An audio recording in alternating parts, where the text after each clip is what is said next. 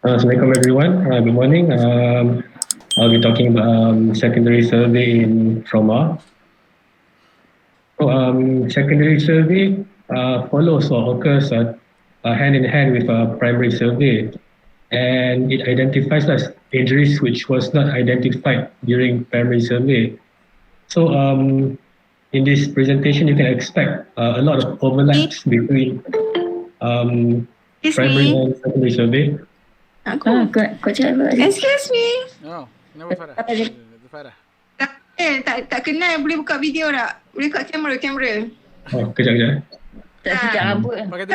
Pakai tudung. Eh?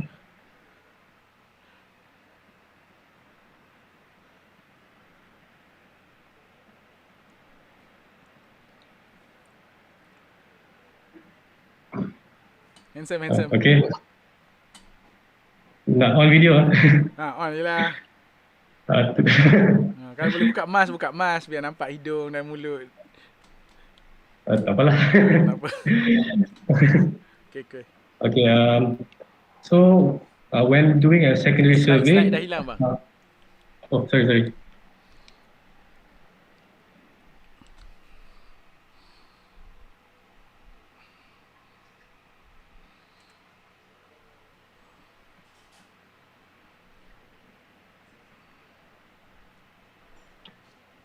So when doing secondary survey, the ABCD has already been secured lah, and by then immediate life threats should already have been identified and managed. So the components of secondary survey is a focused history and a thorough systemic examination lah, and this is supported by adjuncts as mentioned earlier, which are investigations that can be obtained fast, and also imaging, bedside ultrasound. So history, if the patient cannot give, we should take history from the bystanders or paramedics. And there's a mnemonic that can help us in taking history. We should know the patient's allergy. You can ask for the patient's medication history, past medical history, last meal, and also most importantly in trauma, the environment and events leading to the injury. So, physical examination follows a sequence of from head to toe, starting from the head, next the face, neck, spine, chest, abdomen, genitourinary system, limbs, and also neurological exam. So, in all this system, we should do inspection and palpation, and where necessary, we should auscultate and percuss. So let's start with the head examination. So I'll go with scalp first. So the scalp should be looked for lacerations, contusions, and evidence of fractures. And also if there's any swelling, that could be a hematoma. So there's also you should also look for scalp fractures. You can see a depression on the head. So depressed scalp fractures can be classified as either open or closed, based on the integrity of the overlying scalp. So next, basilar skull fracture can occur at any part of the base of the skull, but typically located at the petrous portion of temporal bone. So what you can see in basilar skull fracture is a hemotympanum or CSF rhinorrhea autoria, or bleeding from the nose and ear, CSF leak from nose and ear, any periorbital ecchymosis or any ecchymosis behind the ear. Bang, macam mana nak tahu CSF dalam rhinorrhea? CSF rhinorrhea ni macam mana nak check patient ada epistaxis. Lepas tu macam mana kau nak tahu whether dia tu CSF, ada CSF rhinorrhea ke ataupun just epistaxis biasa? Seingat saya there's a test called the filter test, pakai filter paper. So confirm the dapat sign apa? Target sign ke? Okay lah, target. I mean, okay. Kalau tak tahulah, mungkin target pun boleh lah kot. Zaman sekarang ada lah kot orang panggil target. Kalau dulu dia panggil hello sign sebab dia jadi hello. So filter paper, yalah, kenapa pakai filter paper? Sebab orang putih diorang minum kopi pakai dia filter kopi dia. Kita kat Malaysia minum 3 in 1 je. So nak cari filter paper tu susah sikit lah. Tapi you can use other type of paper lah kan, untuk nampak dapat hello sign lah if suspect. Especially in trauma, lepas tu ada facial injury, lepas tu ada nampak persistent epistaxis apa semua, then you can do this lah to make sure that to ensure to check whether patient ada CSF leak or not. Okay. So dah mana kat ada gambar ni. Nombor 3 tu sign apa? Nombor 3 periorbital ecchymosis. Nama glamour dia? Raccoon eyes. Okay, nombor 4? Nombor 4 is battle sign. Okay. Nombor 6? Nombor 6. Aku tak tahu lah sebab ada number semua ni, aku tanya je.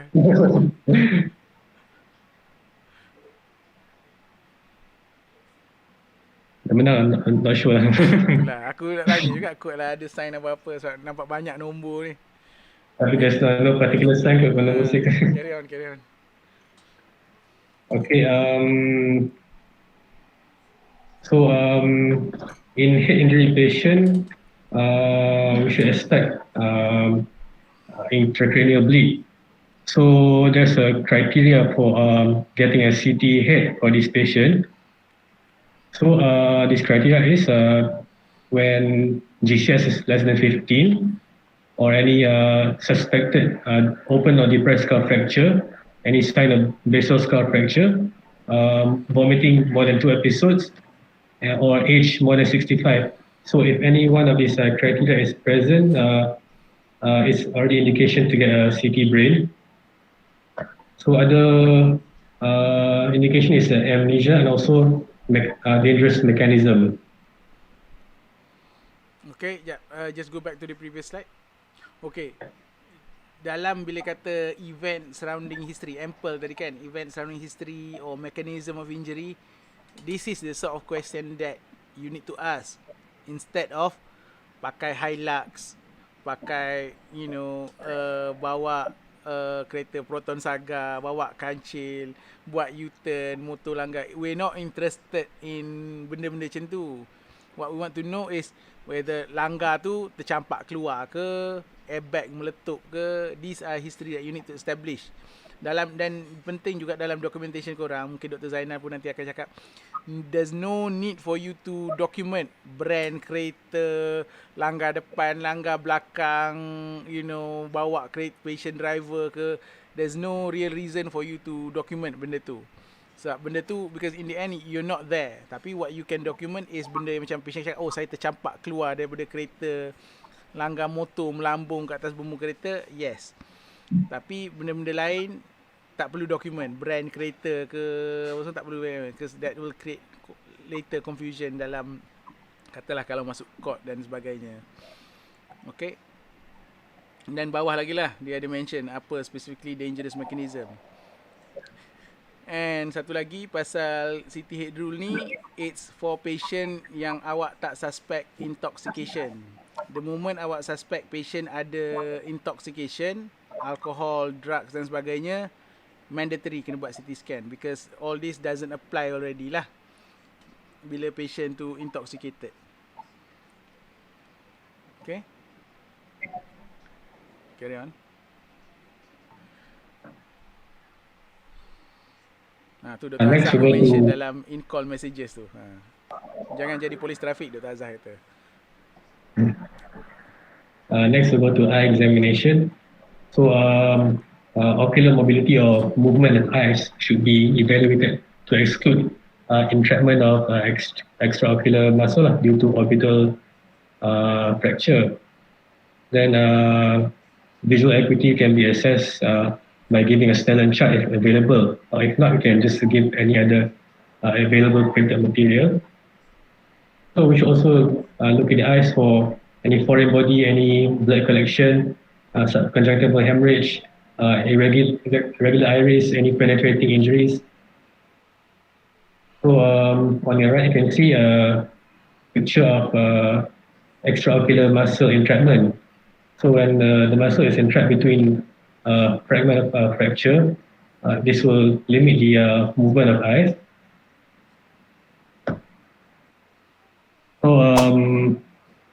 For ears, we should look for bleeding, any blood behind the ear, as in basal skull fracture.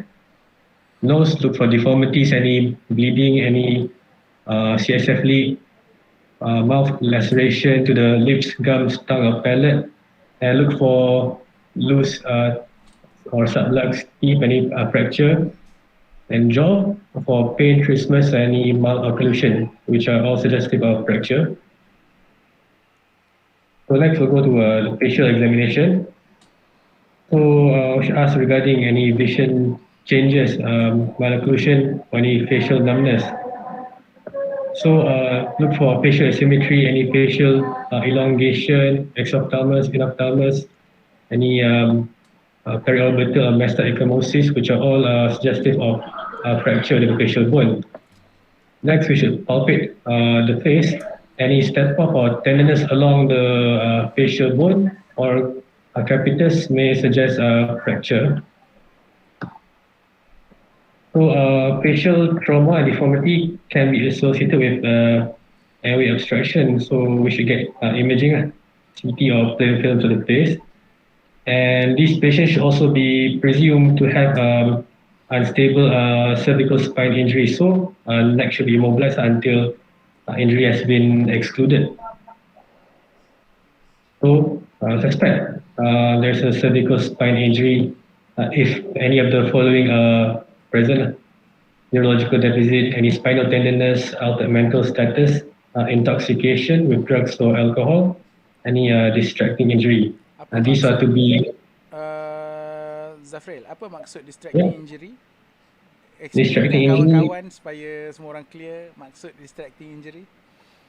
Distracting injury means when there is a pain at other side of the body which are more severe to the patient, and macam mana, patient rasa tempat lain lagi sakit tapi dia tak boleh nak apa yang Zafril cuba sampaikan ni adalah sekiranya patient ada say injury lain yang boleh distract dia. So tak boleh nak rule out cervical spine injury. Say patient datang polytrauma, dia ada I don't know, amputated leg ke apa ke kan. So sakit lah amputated leg tu. So dia akan fokus kepada amputated leg tu. So dia mungkin lupa lah sakit neck dia. So awak tak boleh nak rule out lah cervical spine injury if the patient tu ada distracting injury. Itu je maksud dia. Ada injury lain yang dia fokus. So jangan nak buka cepat, nak buka cervical collar if patient ada distracting injury. Okay. This is same as the previous slide. So for neck examination, it's if possible necessary to open the collar while maintaining manual inline stabilization. So it's better done when cervical spine injury has already been ruled out. So for neck injury, we should look for neck examination. We should look for tracheal elevation, any wounds, any subcutaneous emphysema, laryngeal tenderness, any distension of neck veins, and carotid pulsation and presence of hematoma. So these are some signs and the symptoms of hard and soft neck injury, and there's a lot. Like stridor, hemoptysis, any hoarseness of voice, neck tenderness, subcutaneous emphysema. So next we'll go to the chest examination. So first we should inspect the chest, look for chest movement, and look for bruising from seatbelt if patient was driving, and any asymmetric or paradoxical chest wall movement. So palpate the clavicles, ribs and sternum. Tenderness may indicate fracture or bony cartilage separation. Then auscultate to look for pneumothorax or cardiac tamponade. So any distended neck vein seen may indicate tension pneumothorax or cardiac tamponade. So I think pneumothorax has already been discussed during the primary survey. So next cardiac tamponade. So cardiac tamponade, there's a build-up of fluid as discussed earlier in the pericardial sac. So you can see distended neck veins, low BP, and muffled heart sound and auscultation. So next on chest examination, look for subcutaneous emphysema. So in subcutaneous emphysema, you can feel crepitus on palpation of the chest. And this patient should be assumed to have a pneumothorax, even though it's not seen on initial imaging. So Satu lagi kena suspect kalau ada subcutaneous emphysema tapi tak nampak pneumothorax. What do you need to suspect? Esophageal injury. Esophageal injury ada dalam yang 6 life-threatening condition yang siapa Syafiq mention tadi.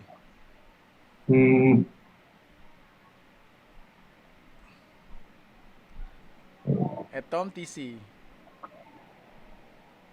Tracheobronchial injury. Yes. Oh ya, kat sini. So well suspect lah. Not just pneumothorax. You need to suspect tracheobronchial injury. So tracheobronchial injury you can expect breathlessness, hemoptysis, subcutaneous emphysema, also a continued leak through the chest tube. So next thing, flail chest. So what is flail chest? There is at least 3 ribs broken in 2 places. So the flail segment moves independently from the normal chest movement. So this interferes with the air movement and gas exchange lah. Ni Zafril ambil definition daripada mana ya? Ini saya ambil daripada Oxford. Okay. Tak tahu lah, mungkin lah guideline dah berubah ke, definition berubah. Kalau zaman-zaman saya dulu dia kata 2 or more lah, 2 and more ribs yang ada flail segment, dia consider dia jadi flail chest lah. Ni dah 3 dah, so tak tahulah. I mean, tak lah, tomato lah, macam whatever lah. Okay. So diaphragmatic rupture, so herniation of abdominal contents into the thorax. So on auscultation you may hear bowel sound. So this patient should be present with shock or in respiratory compromise. So esophageal rupture, patient may come with chest pain or neck pain, but ECD is normal. So here you can see satu tambah tadi sebab Syafiq cakap subcutaneous emphysema tu just nak clear up lah. Kalau patient ada esophageal rupture, dia takkan dapat subcutaneous emphysema. Usually they sometimes present macam pneumothorax. Dia air tu instead akan ada dekat masuk dalam pleural cavity ataupun pneumomediastinum lah. Dia biasa dia tak jadi subcutaneous emphysema lah kalau esophageal rupture. Okay. The next abdominal examination. So we should look for evidence of solid organ injuries. So usually morbidity or mortality is usually as a result of acute blood loss. So expect rise in heart rate, respiratory rate, and hypotension. So most common organ injured in blunt trauma is spleen. Next is liver in both blunt and penetrating injuries. So in splenic rupture, you can expect a Kerr sign, which is a referred left shoulder pain. And if there's a left lower lip fracture, you should suspect splenic injury. So next is hollow visceral injuries, bowels and stomach. So these injuries are due to blood loss from the mesentery and also peritoneal contamination. So in retroperitoneal injuries, it's very difficult to diagnose because the signs and symptoms are very subtle. But in duodenal injuries, it is suspected when there's a high-speed vertical or horizontal decelerating trauma. Pancreatic injuries, commonly in handlebar trauma in cyclists, and also steering column injury in cars. So next, we'll just go through EFAST, which is a bedside scan. So it's done in ED, it's very fast, takes 2 to 3 minutes. So 4 areas are examined for free fluid: the Morrison's pouch, perisplenic, pelvic, and pericardial space. So it is done in this order lah. So because fluid fills first in the Morrison's pouch when the patient is supine. So we can also this should scan the lungs to detect pneumothorax lah. So if there's pneumothorax, there's an absent sliding sign. So this is the diagram of the EFAST scan. Next is pelvic examination. So pelvic trauma may result in fracture, which can be stable or unstable. So the pelvic area is a very vascular area. So any injury to the pelvis may result in a lot of blood loss. So we should stabilize the pelvis with a binder to dampen up bleeding in patients which are hemodynamically unstable. Next, going to genital urinary injuries. So bladder injury, so it may rupture into the peritoneum. Commonly occurs in those with already distended bladders, and usually occurs when there's direct blows to the lower abdomen, or can occur due to bony fragments from the pelvic fracture. So signs are hematuria and anuria. So urethral injury, the mechanism of injury is similar. You may see perineal bruising, or there may be blood at the external meatus. It's suspected injury. We should not catheterize. It's better to refer to uro. Not mentioned here are scrotal and testicular injuries. So scrotal hematoma is evidenced by scrotal swelling, and testicular injuries can be this can be confirmed with ultrasound scan. Next, we go to the limbs and musculoskeletal system. So for limb examination, just look for pain, swelling, any deformity, crepitus. These are all signs of possible fracture. So we should look for any open fractures, check for pulse or vascular pulses for vascular injuries, any soft tissue injuries, any compartment syndrome, and stability of the joints. Next, we'll go to the back or spine. So log roll should be performed either in the primary survey or in the secondary survey. So we should inspect the entire length of the back and buttocks, palpate, percuss, and check the spine for any tenderness or any step off. So also do a rectal examination to check for inotone. So neurological examination, check for grossly for motor and sensory in the patient, check for progression of GCS and progression of pupillary changes to light and also lateralizing sign. So these are some of the incomplete spinal cord injuries. And here are complete spinal cord injuries are transection of the spinal cord. So there should be a paralysis below the level of injury and loss of sensation. So in summary, trauma includes both primary and secondary survey. So these surveys are supported by primary adjuncts like ECG, blood gases, blood investigations, imaging, scans, and these people should be constantly re-evaluated to identify any deterioration or to see if anything is missed. Thank you.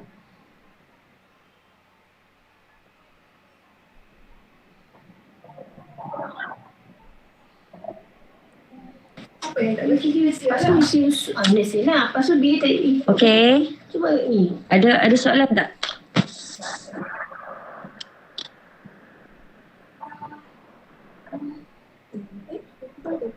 Tak ada soalan Fairuz nak tambah apa-apa Fairuz? Tak ada, just macam biasalah primary survey ada specific life threatening condition that you look for. Once you dah rule out all the life threatening condition, then you move on to your secondary survey. Secondary survey lah masa nak cari fracture little finger lah, nak cari benda-benda yang tak life threatening. That's why dia detail head to toe examination with detail history lah. So masa primary survey kadang-kadang tak payah history pun. So ini benda yang nak kena mungkin readjust balik lah. So dalam ward masuk-masuk ambil history dulu kan. So kalau kat ED ni kadang-kadang you need to ensure your patient survive dulu for the next half an hour. Then once you dah rule out all the life-threatening condition, then baru you move on to your secondary survey. Di primary survey ni lah detail head to toe examination, finger in every orifice, Dan dan untuk documentation lah segala injury yang ada, the lacerations, the abrasions, the little finger fracture apa semua. Masa primary survey you tak cari pun little finger fracture, distal end radius fracture, tak cari. You look for dia specific yang atom TC tu. Specifically look for and rule out. Then we move on to your secondary survey. Lepas tu detail history apa semua pun masa secondary survey. So tu je lah. So konsep dia tu dia konsep tu lah. Konsep primary secondary survey dan boleh diamalkan lah dalam even tengok medical patient pun. Lain tak ada tambah tu je. So another thing, primary and secondary survey ni it's not conducted solely dekat emergency department. Maksudnya kalau you all jadi MO dekat SGK, dekat auto, even the patient that admitted to your ward tu, you can anytime buat primary survey dengan secondary survey. Okay? So yang tu je lah. Siri here. Let me know if I can help. Okay. Okay, Feroz Okay. Okay. Okay dah. Okay. Thanks Zafril. Thanks Okay, Syahid. thanks very much. Terima kasih terima kasih semua. Okay. Selamat. Assalamualaikum.